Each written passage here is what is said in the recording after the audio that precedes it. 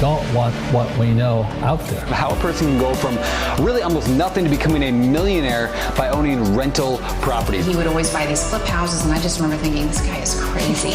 Why would he buy that house? In the past decade, there's been a huge surge in the peer-to-peer short-term rental market. Become an insider, so you have to know the rules before you get the game. Every second counts. So make every second count. Welcome to the Real Estate Jam. Whether you're just beginning or the best of the best, we're glad you're here. We will share successes, failures, and strategies for the action-taking real estate investor. And now to your hosts, JD, Annabelle, and Melissa. Welcome to the Real Estate Jam podcast. I'm JD, and today I have a wonderful co-host, Melissa. Annabelle is again on assignment, and today we are joined by the one and only Matt Gardner. Matt is Matt is a realtor. He is in charge of a 10-person team, affectionately known as Team Roar. He's an agent for EXP Realty and operates primarily in Florida. So, Matt, hey, man, thanks for coming on. This is a do-over podcast because we had a whole bunch of technical difficulties the first time. But this time we have two people recording it, and we should be awesome. So, again, Matt, thank you so much for finding the time to come with us again. I'm glad we could talk again. It's great. Me too. All right, wait, I have to tell Matt something before we get started. So I passed my real estate course. High five. Bam. But I haven't been able to take the test. Okay. Because the COVID thing. Yeah. Testing centers are down or whatever. Yeah. So just letting you know that. I'm excited for you. We just had somebody else who was supposed to join under me in EXP, but then she ended up joining under a friend. So she joined EXP, which is great, but not part of my downline, which is okay though. Not part of the team more. Yeah, Melissa missed it by, I don't know, it must have been less than a week. Her test was scheduled, and like less than a week went by, and then the COVID stuff happened, shut down all of the testing. And so we are still waiting on her. Icing you. They're icing you. I know, right? She told me that she thinks it's just a way to get them to make her have to take the class again. So I don't know about that. Could be. Right.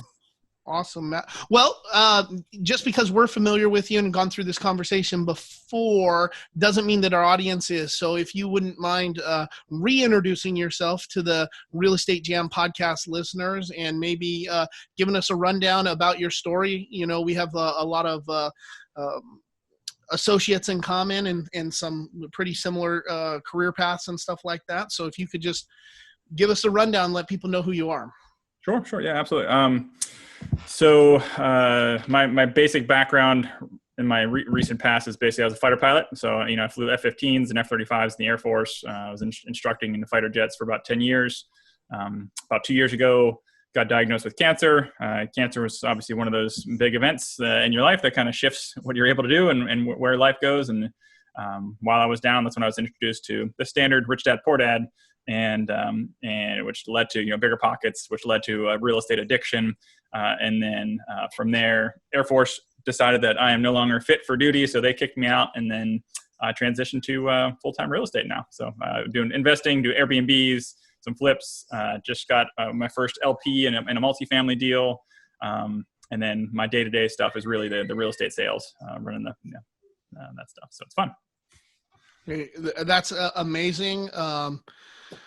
We were first introduced to you through a mentor of mine, Don Costa. I think you were on his podcast. Annabelle heard your story and then reached out to you, and that's kind of the way we connected. But one of the things that I think is pretty interesting, how many people have not everybody has cancer even does, but from Rich Dad, Poor Dad to bigger pockets to investing, how many people have you ran into that have that almost exact same trajectory? Because that was my literal step-by-step. That was Melissa's step-by-step. Yeah, It's a very common thing. It's funny. You're like, oh, I feel, this is my story. It's a tragic story where something terrible happens, and then all of a sudden you find real estate, and you're like, oh, this is amazing. Why didn't I know about this before? Like it's the common thing. I run my monthly meetup here, and it's so funny that people stand up, and you're like, it's always interesting to hear, but you're like, okay, where is it? Oh, there it is. There's whatever it happens to be, cancer or death or something, loss of a job, some event that pushes them to realize that real estate's it's pretty awesome. Yeah, I think it really has a lot to do with knowing that, well, one, life is precious, right? And that you don't want to spend the rest of your life working for the man. And I think that is kind of a key switch that gets flipped, and some people never come to that realization, and maybe sometimes it takes a tragedy or a difficult experience, not even a tragedy, because a lot of these experiences make us better, but maybe it takes something like that to realize that you need something more. In that regard, I consider us, my family, lucky that we were able to find that kind of tool that led us to what we're doing now, which I have a passion for. So. Oh, totally. It's one of those things, you don't know what you don't know sometimes until you see it. You're like, wow. Once you see it, you can't unsee it. Nobody can tell me to believe in Santa Claus anymore, sadly. But, it's one of those things. Once just you know. Amazing. You're like, this is cool. Yeah. So how did you build your team? So you got your license, and then tell us about the transition from there. Yeah, so got my license at EXP, awesome brokerage. It's very investor friendly, which is what I liked. There's a lot of the mindset, passive income, residual income, stocks, as well as just some of the tools they have were really beneficial in the investing side. So whether you're a flipper or a wholesaler or a multifamily investor, whatever you happen to do, there's a lot of tools that you can use in EXP that are provided for you within their CRM platform, which is extremely powerful, or some of their various web pages and stuff you're able to develop. Anyways, from there, I started going to a bunch of meetups like a good investor should, and getting to know the crowd. And through these connections, I started getting partnerships with some of the bigger wholesalers in the area. So in our area, there's 3 or 4 bigger wholesalers in like the Destin proper area. And what they do, like one of the bigger ones, they spend around $30,000 to $40,000 a month on direct mailers, right? So like direct mail every month, that's what they spend it on. And they were getting a lot of leads that weren't good investment leads, right? For whatever reason, people call them, want to sell their house, but for whatever reason, they weren't a good investment lead themselves, not deep enough or whatever. And what she would do occasionally, she would say, hey, I would hand them off to a realtor occasionally as a referral, because she was an agent as well. But she's like, I'm realizing like this is a pretty massive amount of leads that she looked at the one day, and she had over 1,000 listing leads ready to go. They weren't investment leads, but they were listing leads. People have called and said, hey, I want to sell my house, but they wouldn't want to go deep enough. And she was like, well, what do you think about you just, taking care of these? I'm like, yeah, I'm one man. I'm not gonna be able to handle 1,000 leads all at once. So that's where the discussion started, with just developing a team to help her handle these leads. And then from there, when that started going pretty well, a partnership with another of the wholesalers in the area who also had a list of leads ready to go. He was like, hey man, how about you help me carry these? And so now we're all kind of funneled in automatically, where the leads just flow into us as a team. And so the team just handles these warm listing leads basically. That's great. I mean, it cuts down on your marketing costs as a real estate agent. It cuts down on the individuals that you have to come over and find referral based from person to person. And these wholesalers are coming across, hundreds of leads, a week, and you're getting them that way. I wonder. We were able to automate the system too. So for them, we're connected to their Podio, we're connected to their other CRM systems, and that's connected through Zap into our CRM, which is called KV Core. And so it's seamless to them. All they do is they occasionally accept checks, for referrals, and they're like, yeah, I'm okay with this. Right. That's good. Okay, that's cool. I love that. Super awesome. What is if you can talk about it, and you don't have to be specific, but if we're talking in broad general terms about a real estate agent and a random wholesaler, what do you think the percentage breakdown on something like that looks like? If I talk on an individual basis, it's kind of the quality of the lead. So if a wholesaler calls me and says, hey man, like she's ready to list tomorrow, and I've talked to her, and she's ready to accept your listing. Just go to her and get her the contract signed. I'm happy to do a higher end split, 30, 40% even if they want it. And on the lower end, the standard referral would be like a 25% is relatively standard. When we're doing these mass ones, full kimono, open kimono here is for our team, we do a 50-50 split for any leads that we provide as a team. And then for any team member provided leads, so i.e. their uncle comes in town, wants to buy a house. We're not involved with that at all, except for like our TC and our systems a little bit. So we just do a $500 flat fee to the team. So it's a $10,000 commission. They just pay $500 to the team. Right. So try to make it reasonable for the teammates. Awesome. So one of the things, I'm not sure if you've ran into this, but this is something that we've had in our business from employer, employee, or partnership, is defining at what point does it go from that 30 to 40% commission to that 25% commission? How do you come up with, okay, it's if we list it 35 days, it's a 30 or 40% commission, but if it's 36 days, you drop down to 25%. What does that look like for you? I really like the way you kind of said that with having a definitive answer, right? So you can actually have it in a contract, if you will. A lot of mine that are outside of our normal pipeline. Our pipeline is set, right? We have set referral splits in our pipeline already. But beyond that, it's really just kind of a, hey, how busy am I right now? How busy are you? How hot is this lead based on what you're saying? And we just kind of make a decision at that point. But I really like what you kind of said there. Hey, man, I'll do 30% if I can, list it outside of 30 days. Inside of 30 days, I'll do 40% or whatever happens to be. Yeah, absolutely. That's a good idea. Yeah, we've noticed that people only get their feelings hurt when it comes to partnerships and dispersing of funds when they think they're going to get something, but then you think that it's going to be something else or something like that. And so now on the front end, we pay a lot of attention to making sure that everyone's crystal clear on what that commission breakdown is going to be. Because if I think I'm 100% right and you think you're 100% right and we have different numbers, somebody's feelings are getting hurt on that. And that just causes a lot of problems with partnerships. So we learned the hard way. That's in anything though too, right? I just sat down I have a flip under contract here. We're going to start in rehab in a couple of weeks. And, I sat down with my contractor today going over the entire scope. Like, hey man, let's make this very clear. So there's expectation wise, because that's when people start getting upset. You agreed at 2,500 and you're only paying me 2,000. Like, there's no need for that. So it's all about communication for sure. You need to overly communicate. It's kind of what I try to do.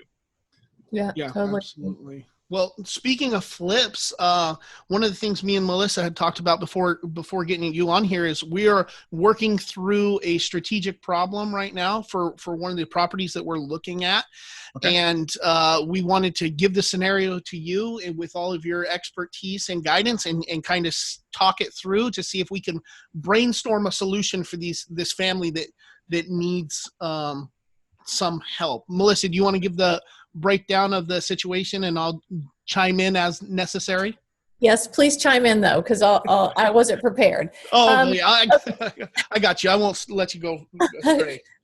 All right, so it's a nicer house over off.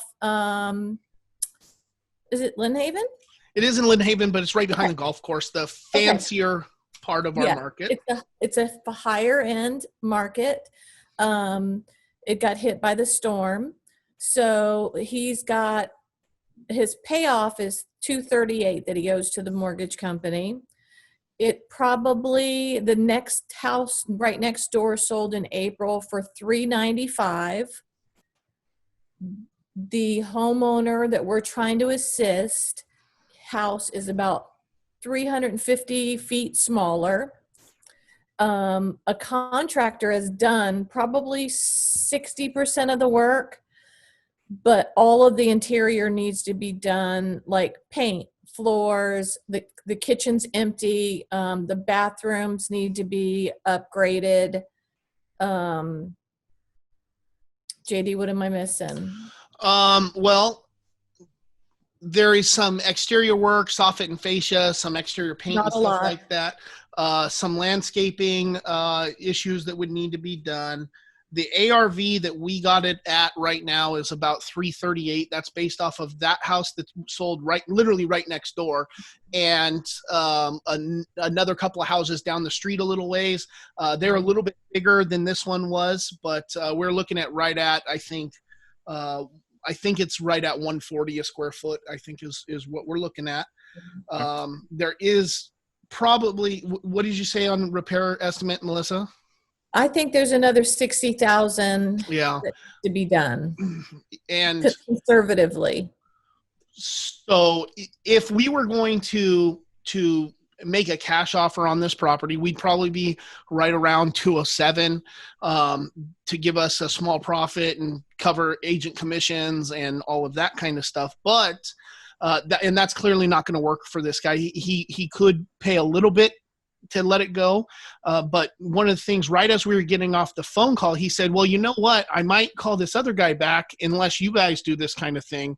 But before, he offered me kind of a lease option. So, I said, yeah, well, that's what we would be looking to do too, because 207 doesn't work for you. So I know that he's open to some sort of owner finance deal, but with the repair costs and everything like that, I'm just not sure that even if we were able to run some sort of subject to or lease option, we'd be able to do it. Yeah, you're saying about a 338 ARV? Yeah, right at 338. Yep. Yeah. I mean, 338 ARV with even just, yeah, that's really tight with those numbers for sure. Right. I mean, does he have any cash to pay off some and walk away? He said he could pay a few thousand. He wasn't interested in doing anything. He had gotten an offer for 210, right, JD? 210, yep. Yeah. Cash offer for 210. Passed on that because he owes 238. Yeah. The only other thing, I mean, with the insurance piece, because it is damage, or did he definitely maximize his benefits? Any assignment of benefits potential there that might go towards rehab? That's what I'm hoping for. 15 grand, but it's already owed to the contractor that's been doing the work to get it fixed up. And we probably need to ask a couple more tough questions in regards to what he's going to do to fix the house up. Is he coming out of pocket cash to fix the house up from where it's at to what it needs to be? Because he probably has some more cash, but he wasn't super willing to be like, oh yeah, I have 500,000. What he said is he cashed out part of his 401k or maybe his whole 401k so that he could buy a house in cash where they moved, because they weren't able to cover the debt to income ratio. Yeah, totally. He's underwater at this point almost. Yeah. So, I mean, the two solutions that I see in the back of my mind initially are a short sale, right? You try to push the short sale side of it. So talk to the lender, tell the lender the situation, see if the lender's willing to approve a short sale. Obviously, you got the time constraints and everything on that, but that's not an insurmountable task. Right. And what was the other one? I had two. Short sale or... I don't know. The other one blanked on me, but short sale was one big one that I was thinking. If I can remember the other one, I'll let you know.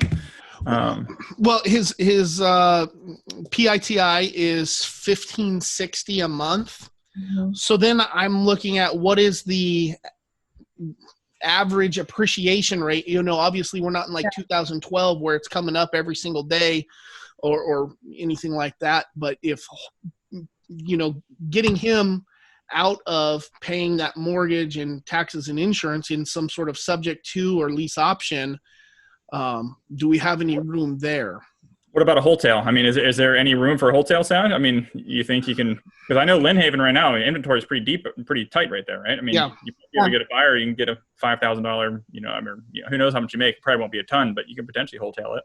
Well, he had it listed on the market before COVID happened, but he had it listed for a lot higher than 238 because at that point they wanted to get it sold. Yeah, I mean, that's one you potentially just straight up wholesale. And if I had to guess, you could probably sell it in Lynn Haven, depending on the actual, condition, because this is all hypothetical in my mind at this point. Yeah. Wholesaling or short selling, those are probably the two solutions I see out of that one. Yeah, locally, some of these hotels are going around in our county are going for much higher than I would have ever expected. Like, ridiculous amount, like higher. I think the only way that we would be able to benefit, and now talking about it, is if we were to do the owner finance thing where we're not coming out of pocket cash or lease option, and then find a way to push it to a retail buyer who wants to finish the house out themselves. It totally is. I mean, it's essentially a wholesale. It's an owner finance wholesale at that point, right? I mean, that's exactly it. Do very, very little bit of work to it. Maybe just enough. I mean, is it VA-able at this point? Is the roof? No. Definitely no. Not VA-able. No, it doesn't have a kitchen. It doesn't have any floor coverings. It doesn't have light fixtures. It's pretty much been rebuilt from the studs out, but it hasn't been finished, and that's really where they're at. Yeah, I think those are the two options I can see. You know, if you can get approval for a short sale, if you can convince the lender, just show them the facts, like, hey, here's why it's only worth $207, and get an approved short sale. And if not, then wholesale potentially. He also mentioned that he had an 850 credit score and wasn't going to let that go down. So I'm not sure that the short sale is a thing. He doesn't like the situation he's in, but he is not, willing to damage that part of it. So what are you seeing on the higher end home market with how long they're sitting? Because we're looking there. It seems like they're like at 120 to 150 days right now here over on this side. I don't know what you're seeing. Locally, they're going pretty quickly. I would say under 30 days. Wow. I mean, we're talking about maybe 45 days max. I haven't run the numbers on it specifically, but that's my, Wow, that's crazy, the difference.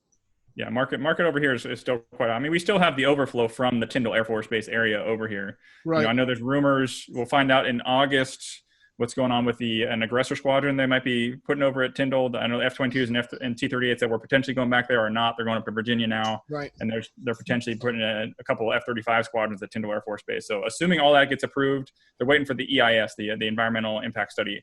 Once that goes through and that gets approved, you guys should see a pretty big influx of money and people, which is going to make inventory even tighter over there. So, right. Wow, that's good to know. So people drive that far, and it's not even that far. It's the traffic part of it. They deal with that to live over here and go to Tyndall. Well, what would happen is after Tyndall got crushed, a lot of people were reassigned to Eglin Air Force Base. Okay. So people were actually PCS'd or permanent change of station military to move over here. That makes sense. So rental market here is just ridiculously tight. The inventory is super low. I know it's low in the Panama City side as well, but that's I think for a different reason due to disaster rather than influx of people. So. Right. Yeah. So have you noticed in your market any changes because of the COVID stuff? I know that we were locked down pretty heavy all across Florida. Then they let it up, and now they're talking about locking it back down. What kind of changes have you had to make to your team or your investing, and what are you seeing? The biggest hit personally to me was the short-term rental ban that was completely biased and illegal in my mind, that they allowed resorts to be open and hotels to be open, but short-term rentals were unconstitutional, I would say. I mean, I was part of a lawsuit that we're part of a bigger lawsuit that we're suing the governor just for being ridiculous. And so, but that, I mean, ultimately it didn't hurt me all that much, to be honest with you. I was able to justify looking at the rules, at least self-justify that, I had some guests who stayed who were, COVID required employees or whatever. So it wasn't like I was at a net zero for those months.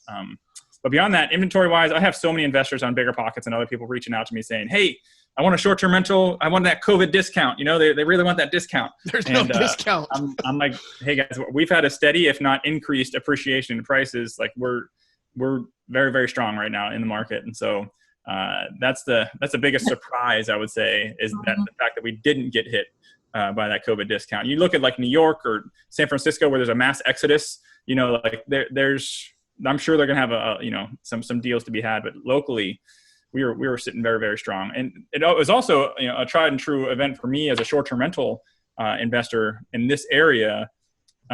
where a lot of people, when their cruises got canceled, their flights got canceled, where they couldn't go on their cruise, they couldn't go to Hawaii, they couldn't go to Alaska, wherever they're going to go on vacation, they still wanted to go on vacation, even with COVID. So they drive to Florida, they drive to the Smoky Mountains, they drive to Florida, so they drive these areas that, so it was cool to see that, this month alone, I think we're on track between my two houses. We're going to make just under 30 grand in the short-term rental space. And so we're very, very strong right now. Do you self-manage? Yeah, self-managed. I mean, 90% of it's automated. I occasionally put my finger in there for, like the non-standard events, but beyond that, it's very, very automated. Very nice. Yeah, we were not quite in that position with our short-term rentals. We took a lot of big hits, and then because we're not self-managing, our property management company, which we're not super happy with them, but they completely stopped booking, not for the essential employees or anything, and that pretty much just gave us a water, electricity, and a cable bill for 2 months. Going on a little bit more than 2 months. That we were just eating. So we are rapidly EIDL or PPP at all, the government loans. We did get which one, Melissa? Which one? Both. Yeah, both. Yeah, I mean, I took advantage of the EIDL, both of them as well. I wish I had known how the EIDL advance was going to be. I would have put 10 employees for sure, rather than the. Right? Yeah. But lesson learned. Next time I'm going to maximize that, I guess. And of course, they didn't talk heavy about the short-term rental loss aspect of it at the beginning too, and so we jumped on in the beginning, and then it was just like a cluster after that. And a lot of it depended on how you have your structure too. So we have multiple LLCs in I have 6 different companies that I'm a part of. And so we were able to pull EIDL loans off of each of the companies, where if some people have one master company, they run everything through, you only had the one chance to kind of. Right. Yeah. We're moving towards that. Definitely. Definitely. That's our fourth quarter for sure. Yeah. Well, Matt, what other big things you got going on right now? Let me think. One of the bigger pushes that I'm really trying to do that I've not been able to land yet is the Vendy financing with the VA. I don't know if we talked about this last time or not. So are you guys smart with the Vendy? Have you heard of it before? I have heard of the Vendy, but why don't you enlighten us? Because it's not jumping out at me as something that I'd looked into. Yeah, no worries. It's one of those things that I really, really want to make happen. So in the VA world, so military owned, VA owned houses, when they foreclose, the VA has a special VA foreclosure process, right? There's a website you can go to. It's called vrmco.com, and that's how you can see all the VA foreclosures. And the cool thing about the VA foreclosures, about 2 years ago, they started this program called Vendy financing, which is essentially when a VA foreclosure happens, there's certain VA foreclosures, I don't know how they choose them, but they say, hey, this one can potentially be used for Vendy financing. What that means is the VA will seller finance that house to you. So the other cool thing is you don't need to be a member of the military. So any Joe Schmo civilian can go and buy this VA foreclosure. But the cool thing about this financing, you can buy this as a primary residence with 0% down. And it's only a 0.5% funding fee.